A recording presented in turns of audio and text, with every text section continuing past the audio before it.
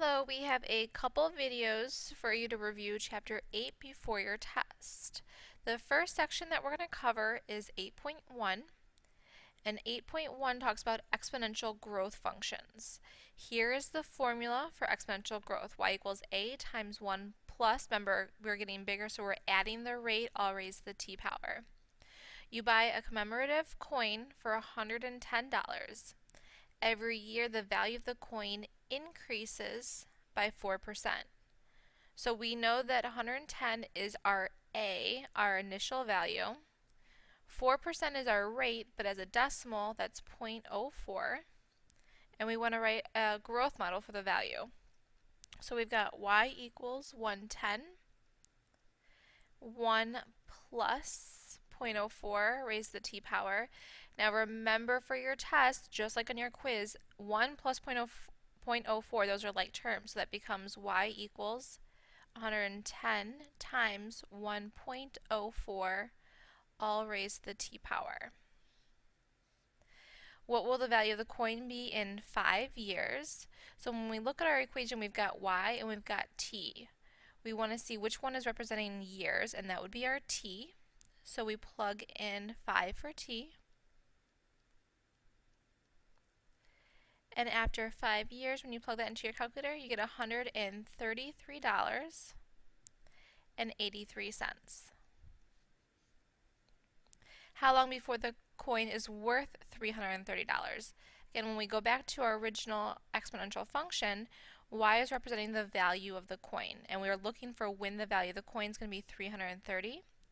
So we've got $330 is equal to 110 times 1.04 raised to the t power, and we're trying to find out how many years. It's really important on your test that you make sure you not only give the answer, but you give the setup. So like for part B, you have to show me where you plugged 5 in. For C, you have to show me that you plugged 330 in for Y. So we want to get to that t value. We're multiplying 1.04 times 110. So I'm going to divide each side by 110, and that is 3. So we've got 3 is equal to 1.04 all raised to the t power. I want to find t, and t is my exponent. So review from the whole chapter, to get to that t, I have to get rid of that base of 1.04. The way to get rid of that base is to take the log of that number on each side. So on each side I'm going to have log of 1.04. And we can see that, remember, the log of the base 104 and that 1/4 is going to cancel. So we're going to be left with t is equal to log base 1.04 of 3. Now we can't enter this into our calculator. We know that our calculator only has base 10 and base e. So you have to use your change of base formula, which would be log of 3 divided by log of 1.04, and you get that it's going to be about 28.01 years.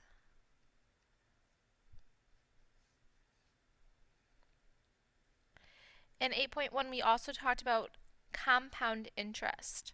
So there is a difference between whether the value of a coin is increasing or if you're earning interest. If you're earning interest, your money is in a bank. So anytime that you're talking about compound interest, you're going to be using this formula. You have $2,500 after 2 years in an account that pays 2% annual interest and is compounded quarterly. So we know that this is going to be our ending amount. That's how much we have in the end, so that's A. After 2 years, so that's going to be representing our T. In an account that pays 2% annual interest, so that's 0.02, and it's compounding quarterly. If it's quarterly, that means that it's 4 times per year. How much did you start with originally? So that's our P, that's our principal amount. That's what we're trying to solve for. We've got 2,500 is equal to P, which we don't know, 1 plus our rate of 0.02 divided by 4 for the quarterly, and it's raised to our quarterly times 2 years. So we've got 2,500 is equal to P times, when I enter all of that into my calculator, I get 1.005, all raised to the 8th power. So I want to find that principal amount. I want to find that starting amount. It's P times that quantity. So if I want to isolate P and I'm multiplying by this whole piece, I divide by that entire piece on each side.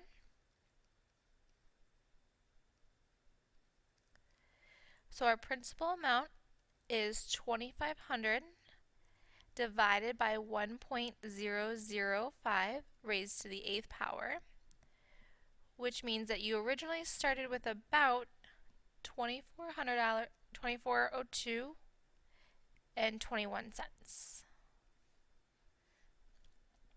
Alright, so that was 8.1. After we finished talking about increasing the values with our growth function and increasing the amount of the money in your bank, 8.2 brought us to exponential decay. So this is if our population is decreasing, or whatever our value is decreasing. And the only difference is that we're subtracting that rate instead of adding that rate. So an adult takes 400 milligrams of ibuprofen. Each hour, the amount of ibuprofen in the person's system decreases by 29%. So you took 400 milligrams, that is your initial amount, that's your A, and 29% as 0.29. Write an exponential decay model. So we've got y is equal to our initial 400 times 1 minus 0.29, all raised to the t power. And again, just like the exponential growth, we want to simplify this inside. So we get our exponential decay model to be y equals 400 times 0.71, all raised to the t power. How much will an adult have in their system after 2 hours? So again, this is what we know. We have to fill it in for one of our two variables, and t is going to represent our time. So we've got y is equal to 400 times 0.71, and we've got 2 hours, so our t is going to become 2. And after 2 hours, you're going to have about 201.64 milligrams in your system.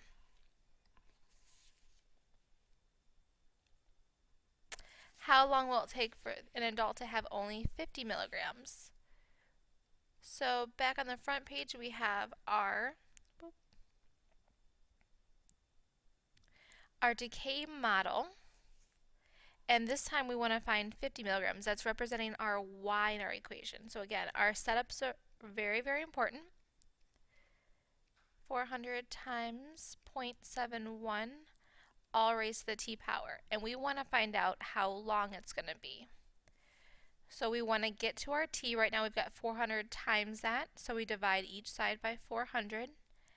All we're doing is isolating our variable. 50 divided by 400 gives us 0.125 is equal to 0.71, all raised to the t power. Remember, when you divide 50 by 400, leave it as a fraction unless you have an exact answer. If it's a repeating decimal, you have to leave the fraction. So what I want to do is get rid of this base of 0.71 on the right-hand side to get to that variable of t. The only way to get rid of that base is to log it. So I do log of 0.71 on each side. The log 0.71 on the right is canceling, which gives us t is equal to log base 0.71 of 0.125. Again, this can't go in our calculator just like that. We have to use our change of base, which is log of 0.125 divided by log of 0.71. This is always on top, this is always on the bottom.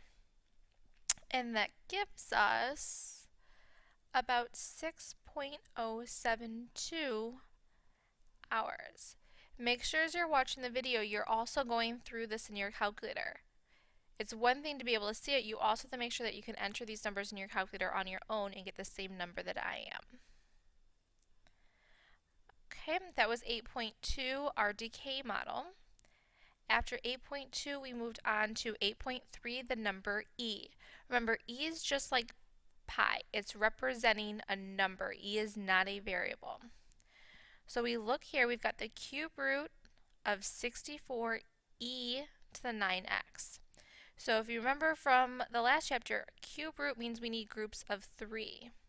So when I look at 64, I know this is 8 and 8, 2 and 4, 2 and 4, 2 and 2, 2 and 2.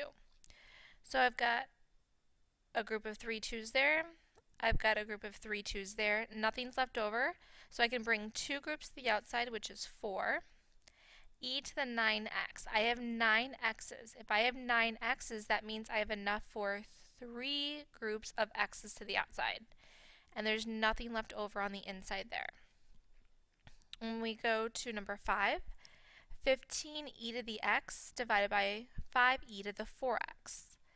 15 divided by 5, that's a coefficient, which leaves you with 3. If I've got x up here and I've got 4x's down there, 4x's are larger. That means the x on the bottom wins. So I've got e 4x minus 1x is equal to 3x. Remember, if they're on opposite sides, then you subtract them. If you're multiplying the bases, then you add the exponents. So make sure that you apply all those rules from the last chapter to your exponents there. And once we entered 8.3, we got an additional compound interest formula. So the last one we talked about in 8.1 is if you're compounding interest quarterly, daily, hourly, monthly, annually, semi-annually.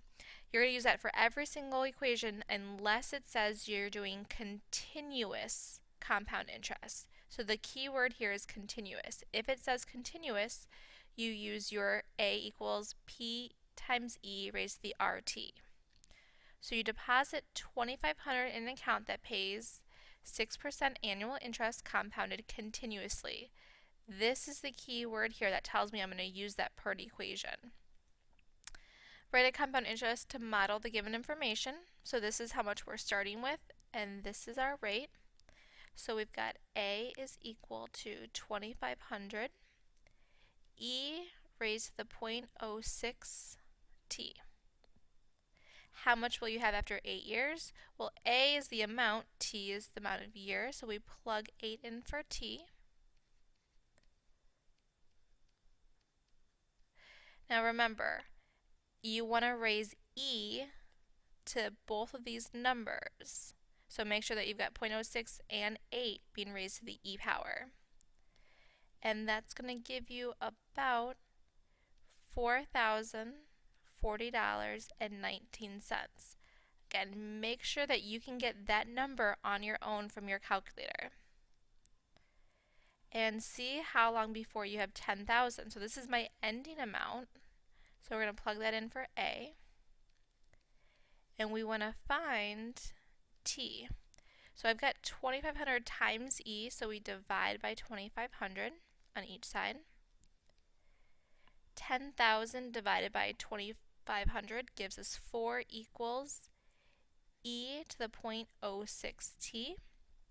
Again, I want to get rid of this space down here to get to that exponent. The way I undo E is by taking the natural log. So I take the natural log of both sides. That cancels. I've got 0.06 t is equal to the natural log of 4. I'm multiplying by that, so I divide by 0.06. And we get t is equal to the natural log of 4 divided by 0.06. Make sure you do this entire top before you divide by 0.06 to get about 23.105 years. Okay, that's it for your first video. We will start 8.4 on the next video.